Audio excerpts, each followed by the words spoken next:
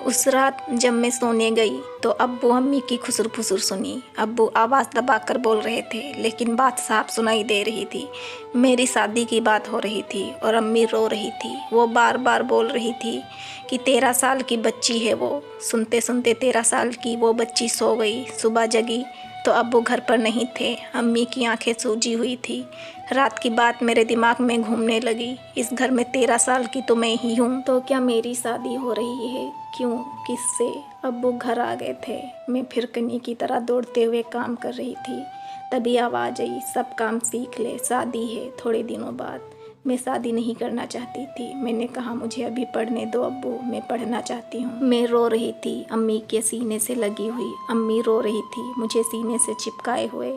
अब्बू चीख रहे थे। छोटे भाई बहन छिपकली की तरह दीवार से चिपके हुए खड़े थे। शादी हुई उस अधेड़ शख्स से जिसे मैं चाचू कहती थी, जिसके आने पर ना जाने कितनी बार मैंने चाय बनाई थी, खाना नाश्ता परोसता था, जिसने कितनी ही बार सिर पर हाथ फेरा था, और आज वो मेरे शरीर पर हाथ फेर रहा था। शादी के कुछ महीनों बाद ही मेरे पेट में बच्चा आ चुका था। रसोई पकाते उल्टी आती तो मुंह में दुपट्टा ठूंस लेती। रात तक पस्त हो जाती, लेकिन तब तक फरमाइशें आ जाती। मेरे भीतर पढ़ने की ख्वाहिश अब थोड़ी धुंधली पड़ रही थी। उसकी जगह डर ले रहा था। अम्मी का गांव जंगल के बीचों बीच था। वहाँ अक्सर जंगली जानवर आया करते थे। अम्मी बताती थी कि गांव में कोई भी ऐसी मुसीबत आने पर जोर जोर से ढोल बजाया जाता था ताकि सबको खबर लग जाए। मैंने कभी अम्मी का गांव नहीं देखा, लेकिन अब मेरे दिल में वही अनदेखा गांव रहने लगा। हर वक्त जैसे कुछ जोरों से बसते हुए मुझे चेतावनी देता रहता।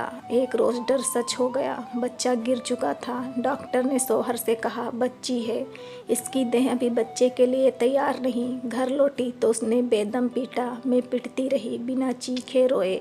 बच्चा खोकर मैं बड़ी हो चुकी थी। मैंने दोबारा पढ़ने की ठानी, लुक छुप कर ही सही। एक रोज वो शहर से बाहर था। मैं पूरी बेफिक्री से अपनी किताबें पसार कर बैठ गई। तभी किसी ने दरवाज़ा खटखटाया, और इससे पहले कि मैं किताबें छिपा सकूं, वो भीतर था।